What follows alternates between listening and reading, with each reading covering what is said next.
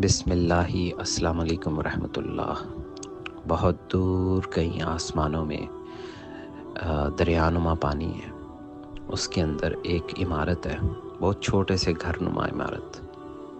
آپ اس عمارت کی چھت پہ ہیں اور آپ دیکھتے ہیں بہت ہی حسین خوبصورت آسمان کی طرف اوپر، اور آپ کو اس میں ایک بہت بڑی ایک عمارت مسجد کی، اللہ پاک نے جس کو تھاما ہوا ہے ان ہواؤں میں، وہ گھوم رہی ہے۔ وہ آہستہ آہستہ گھومتے گھومتے گھومتے گھومتے آپ جب نیچے زمین کی طرف دیکھتے ہیں تو آپ سے کچھ دور ایک بہت بڑی آبادی ہے۔ اور بہنوں بھائیوں، وہ عمارت عین وسط میں اس آبادی کے اوپر جا کے رکھ کے اس پر دے مار دی جاتی ہے۔ ایک ہوتا ہے اچھال کے چیز پھینکنا کسی کی طرف، ایک ہوتا ہے دے مارنا تاکہ وہ اپنی منزل پر جا کر ایسے زور سے بچے تباہی مچا دے۔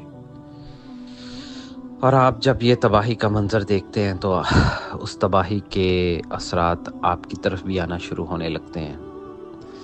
جیسے ہی وہ آپ کی طرف آتے ہیں تو آپ جس دریا میں عمارت میں ہیں وہ عمارت کو بچا لیا جاتا ہے، اسے اس طرح تباہ نہیں کیا جاتا، آپ بچ جاتے ہیں۔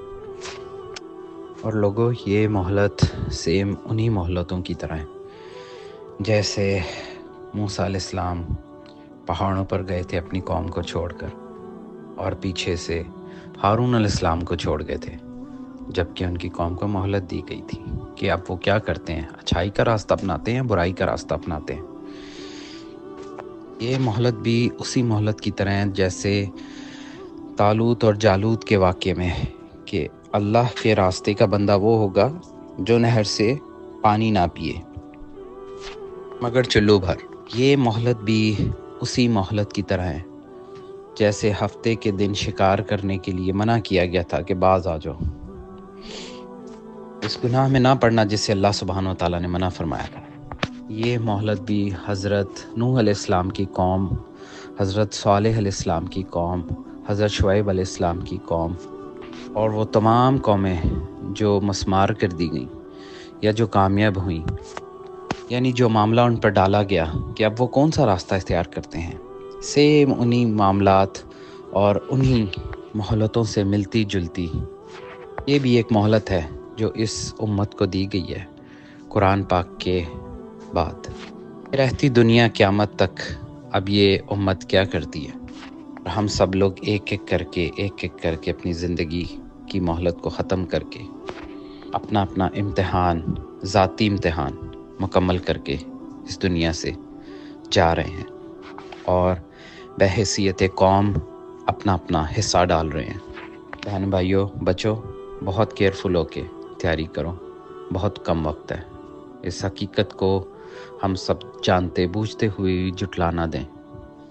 آئیے اس حقیقت کو اپنی زندگیوں میں لے کر آئیں اور اس محنت میں لگ جائیں کہ اللہ سبحانہ و تعالیٰ ہم سے راضی ہوں،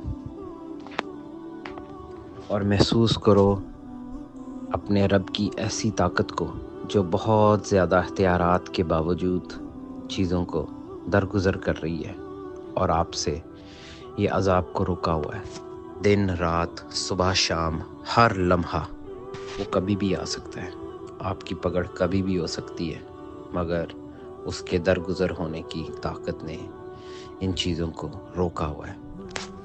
لوگوں، اس طاقت کو محسوس کریں، اس کی عزت کریں، اور اس طاقت کی وجہ سے اگر آپ بچے ہوئے ہیں تو اس کا شکر ادا کریں۔ کیسے؟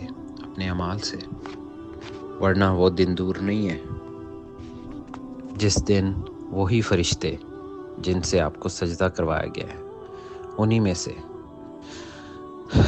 کوئی آپ کو، جب آپ اس دنیا سے جا رہے ہیں، مارتا ہوا اور ذلیل اور رسوا کرتا ہوا لے کے جا رہا ہے، انہی فرشتوں میں سے کوئی آپ کا دوزخ میں داروغہ ہے، انہی فرشتوں میں سے کوئی آپ سے پوچھ رہا ہے کہ کیا خبردار کرنے والے نہیں آئے تھے؟